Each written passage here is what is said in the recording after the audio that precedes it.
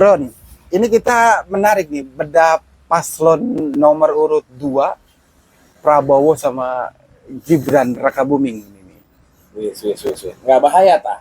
Tidak bahaya, ini kita tipis-tipis saja kalau tentang, coba kita ngulik tentang sosok Gibran nih. Mantan wali kota, bisa kita sebut mantan wali kota sekarang, soalnya kayaknya udah ada PLT-nya itu. Soalnya nggak mungkin dia jadi resmi jadi calon wakil presiden, tapi masih megang jabatan wali kota, nggak mungkin, pasti udah ditinggalin ini dia. Sudah ada PLT-nya. Sudah ada PLT definitif. Mantan wali kota Solo. Apa yang menarik dari sosok Gibran dengan usia 36 tahun? Rekam jejak apa yang menarik dari sosok Gibran sehingga didorong atau dengan inisiatif sendiri berani untuk menjadi calon wakil presiden dari sosok Prabowo yang sudah malang melintang? Ini sebenarnya sih saya lebih heran ya. Heran itu karena usia muda, karena usia mudanya, terus beraninya, apa yang mana yang heran? Heran itu ketakjub apa kekagum? Usia 36 tahun sudah bisa menjadi wali kota Solo. Wali kota ya. Solo, oke. Kalau iparnya di mana? Wali kota Medan ya? Bobi, gubernur Sumatera Utara. Satu lagi siapa? Kaisang adiknya ya? Kaisang adiknya. Sekarang udah jadi ketua umum PSI itu ya? Partai juga, ketua umum partai juga. Iya, ketua umum PSI juga, iya betul. Ya, lebih heran aja lah kalau itu. Tapi kalau bukan suatu terobosan atau hal baru dan menarik ketika di usia-usia 36 atau ketika kita di masanya usia 36, Ya. sudah disebut matangkah di usia 36 untuk menjadi seseorang dalam arti memimpin di suatu daerah? Nah ini dia. Matang itu dari dirinya sendiri maksudnya ya? Ya, matang ini bisa disebut karena harus dengan waktu lama. Apa orang bisa akselerasi di usia 36? Apa terlalu dini ini kita mau sebut sosok Gibran untuk jadi wakil presiden? Persyaratan baik capres maupun cawapres di usia 40 tahun dibuat pada waktu itu memang sudah berdasarkan rumusan dari para orang-orang cerdas Indonesia sebelumnya. Karena mereka juga berpatokan bagaimana Kanjeng Nabi dilantik menjadi Nabi Allah di usia 40 tahun, karena memang usia 40 tahun usia kematangan. Saya rasa para orang-orang cerdas Indonesia merumuskannya dari sana. Jadi kalau tidak asal ya, justru yang perubahan ketika bisa berubah menjadi 36 dalam waktu cepat itu ya. Itu yang saya bilang heran, bahasa heran saya seperti itu artinya. Tapi memang kalau kita lihat lagi, Gibran ini juga salah satu, Gibran dan Kaisang kalau nggak salah, ini juga di salah satu petingginya klub sepak bola di Solo. Kalau Saudara Harun pernah dengar nama Persis Solo, yang didegradasi itu. Memang kalau lihat di klasemen sekarang memang ada di zona degradasi, zona-zona rawan untuk ke Liga 2 ya. Kalau tadi Anda mau menyebutkan itu sebagai satu prestasi ya itulah seperti itulah artinya itu. Iya sih, tapi memang di 2 tahun ini euforia Persis Solo ini memang happening sekali di Solo. Tapi memang tidak berbanding lurus sama prestasi atau klasemen akhir di Solo. Terbukti pelatih Persis Solo Leonardo Medina diganti memang karena hasil buruk. Terus kalau itu dari lingkup kecil di sepak bola, kalau jadi wali kota Solo selama 2 tahun, kurang dari 2 tahun terakhir ini, 2 tahun, apa memang yang udah dilakukan oleh seorang Gibran di Solo selama 2 tahun terakhir ini? Ini kalau hitungan anak sekolah SD ya. Anak sekolah SD? Maksudnya gimana? Baru kelas 1, kelas 2 baru belajar membaca. Selebihnya bisa apa? Suruh ngatur negara. Anda mau bilang ketika di Di komparasi dengan anak baru masuk sekolah SD di 2 tahun pertama belum bisa baca, belum bisa hitung. Menurut Anda? Ya kalau mau anak saya mungkin juga kayaknya belum bisa apa-apa ya kelihatannya. Atau kita juga di kelas 2 SD kayaknya belum bisa apa-apa ya. Ini kalau yang Anda maksud Gibran sebagai calon wakil presiden, saya berharap supaya Anda juga berharap dan orang-orang lain juga berharap cukup menjadi calon wakil presiden aja. Jangan jadi wapres, jadi calon wapres aja. Oh begitu. Untuk mengatur negara Indonesia dengan ratusan juta penduduk Indonesia Butuh orang-orang yang capable kelihatannya. nah, jam terbang penting. Waktu tidak bisa bohong lah. Jadi kalau dia bisa meraih berdasarkan prestasi pun sebagai janganlah, itu kan prestasi ya. Kalau prestasi dia sendiri, dia anak muda luar biasa yang bisa menjadi wali kota, dia bisa menjadi cawapres. Andai kata itu pun benar real dari dia pribadi, prestasi dia sendiri, ya tetap kita pertimbangkan di usia lah. Karena usia. Karena kematangan, kita butuh sosok yang membawa negara ini. Pemimpin yang membawahi 270 juta jiwa. Ini nggak main-main nih. Yang dipertaruhkan nyawa bangsa Indonesia. Nah ini perlu orang-orang kuat untuk bisa membawa negara ini menuju perubahan yang lebih baik. Tapi kalau Anda melihat sisi lain dari sosoknya Gibran juga, ini jiwa entrepreneurnya juga luar biasa, saudara. Terbukti dia join dengan Kaisang itu membuat beberapa lini usaha yang lain, saudara Harun. Dia menjadi salah satu lini usahanya yaitu produk minuman segar, terus spare part dan after sales service-nya iPhone, dan juga produk-produk makanan yang kekinian yang milenial punya. Apa itu tidak menjadi pertimbangan bahwa ketika akan menjadi wakil presiden nanti, jiwa-jiwa wirausahanya itu akan coba dikembangkan secara masif dan lebih luas lagi? Saya kembalikan lagi nih ke pertanyaan tadi. Menurut Anda bagaimana? Kalau menurut saya tidak soalnya. Jadi kalau untuk usaha-usaha yang dibangun dengan ya, kalau anak presiden permodalannya mudah lah ya. Enggak, ini memang saya lihat usahanya tutup juga sih. Jadi trial dan trial kelihatan. Tapi setidaknya Gibran sudah mencoba. Nah, itu. Market memang yang menentukan. Bagus. Tapi setidaknya Untuk mencobanya bagus, tapi untuk memimpin negara ini jangan coba-coba. Oke. ya tapi untuk tahu kita gagal, itu kan mencoba dulu. Ya. Jangan diterapkan untuk level berikutnya. Oh, untuk yang level lebih tinggi. Iya. Untuk level berikutnya jangan. Apalagi menjadi wakil presiden Bagaimana di dia satu negara, mengatur kebijakan sebuah negara. Oh, itu bukan bagian dari proyek coba-coba, tidak bisa itu. Sebaiknya jangan. Oh, saya kalau mau komparasin ke minuman, makanan minuman tadi tidak bisa jadi perbandingan bahwa untuk produk yang dia usaha yang berhasilnya jangan, apalagi yang tidak berhasil, apalagi yang gagal. kalau begitu terlalu dini, kalau kayak sinetron Agnes Monica zaman ini, kalau kayak pernikahan dini terlalu dini untuk mungkin bukan cintanya yang terlarang katanya kan. Iya, hanya tapi waktunya yang belum tepat. Oke.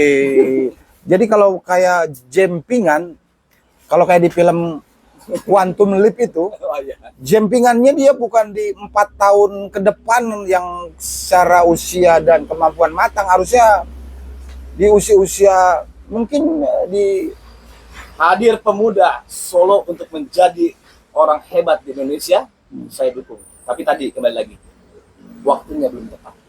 Oke.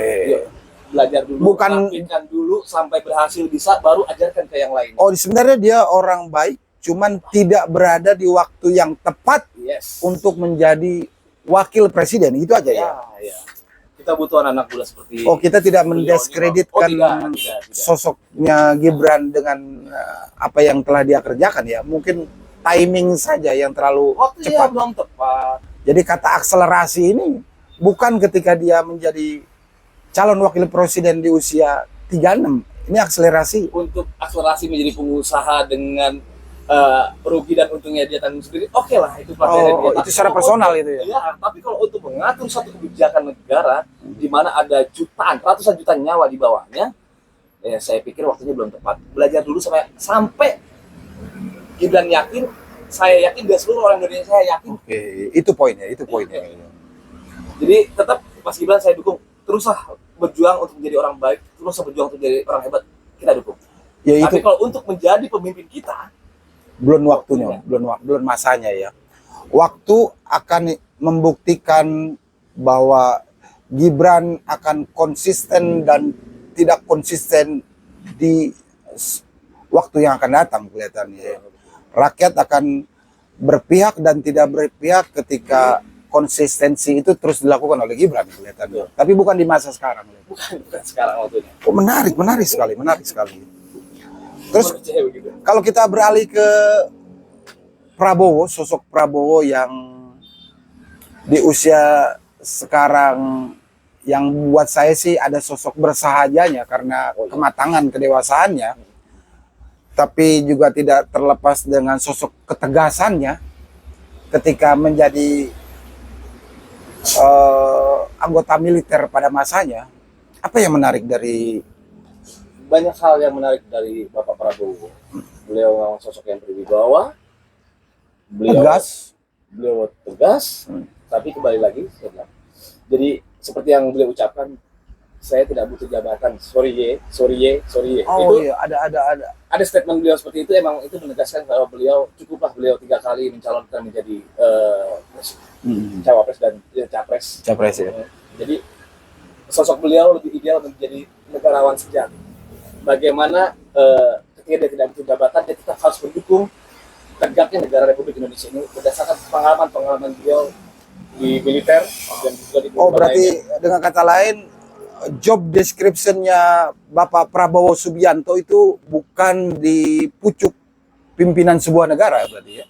Lebih tepatnya negarawan atau jadi salah satu menteri di kabinet. Betul. Anies Baswedan kelihatannya kalau jadi bisa jadi salah satu menteri yang... Kalau Pak Prabowo pernah melakukan hal yang sama di 2019 terhadap Pak Jokowi, saya rasa beliau juga berhak melakukan hal yang sama di tahun 2024 untuk menjadi menterinya Pak Anies Baswedan. Pak Anies Baswedan juga tidak tutup mata bahwa keeksportan Prabowo Subianto memang di militernya. Jadi setidaknya bisa jadi dewan pertimbangan presiden atau jadi penasihat militer ketika Bapak Anies Baswedan menjadi presiden. The right man in the right place. The right man in the right place. Tapi juga agak menarik ya kalau kita bicara sosok-sosok negarawan yang berbasis militer, saudara Arun. Sosok-sosok presiden yang basicnya itu seorang militer. Kalau kita pikir-pikir di negara-negara luar, terutama di Asia Tenggara, ada banyak tokoh-tokoh negara sana yang memang dipimpin oleh atau berbasicnya militer. Saya pernah baca tentang satu negara Asia Tenggara, Kamboja, negara tetangga. Itu saya pernah dengar nama Pol Pot. Nama seorang Pol Pot yang memimpin negara Kamboja dengan otoriter dan melakukan genosida besar-besaran. Pol Pot basicnya militer? Basicnya militer. Okay. Waktu itu Perdana Menterinya dipimpin oleh Perdana Menteri Norodom Sihanouk. Norodom Sihanouk itu pada masa Soeharto. Kita nih berkawan dekat sama Kamboja pada masa itu.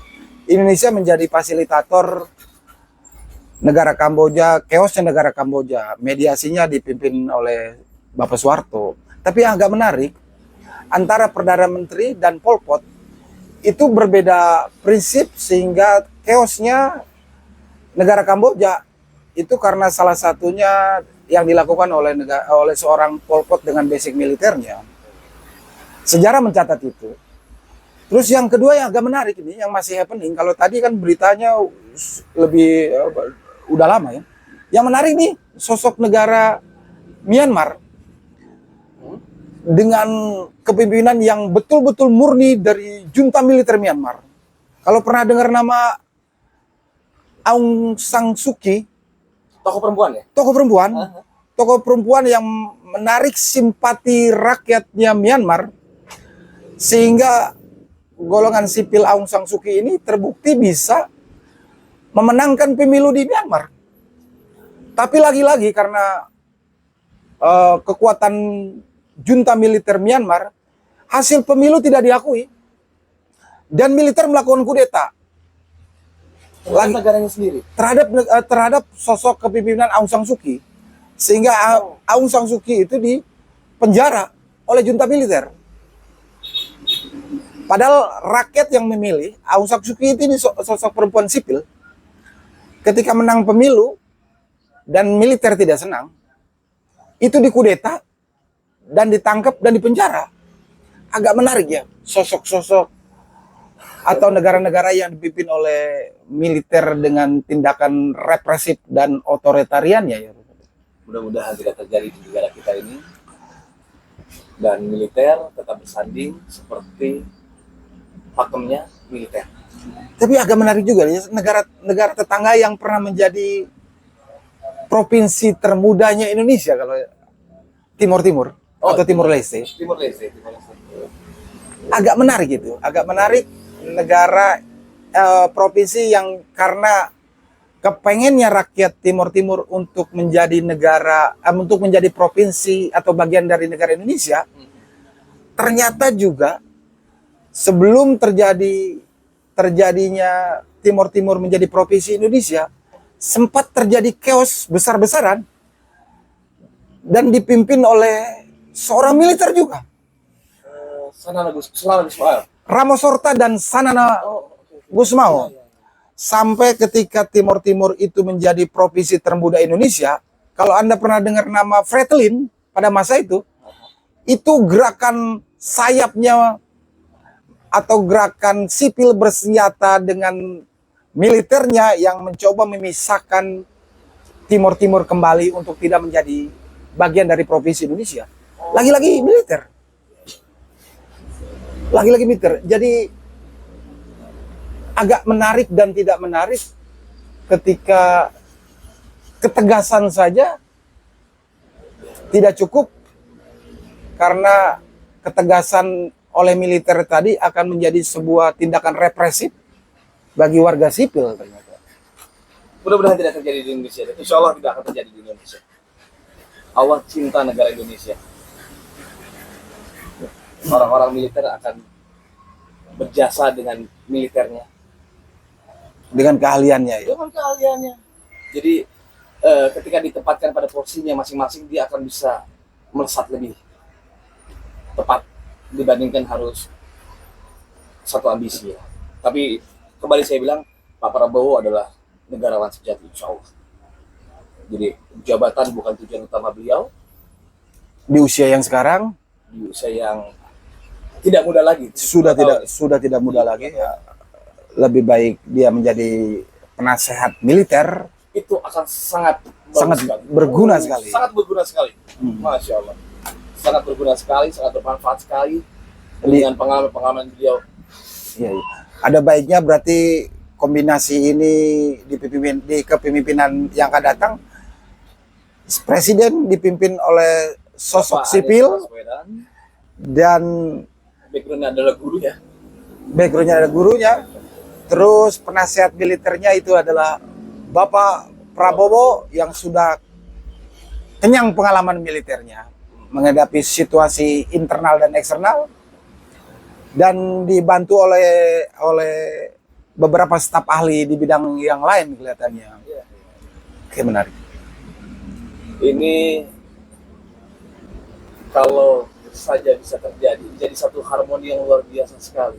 Jadi saya yakin banyak dari kita yang bermimpi satu perubahan bahwa negara Indonesia yang saat ini diklaim sebagai negara berhutang, ya, kita bisa melakukan perubahan bersama, membayar hutang negara bersama demi anak cucu kita nanti.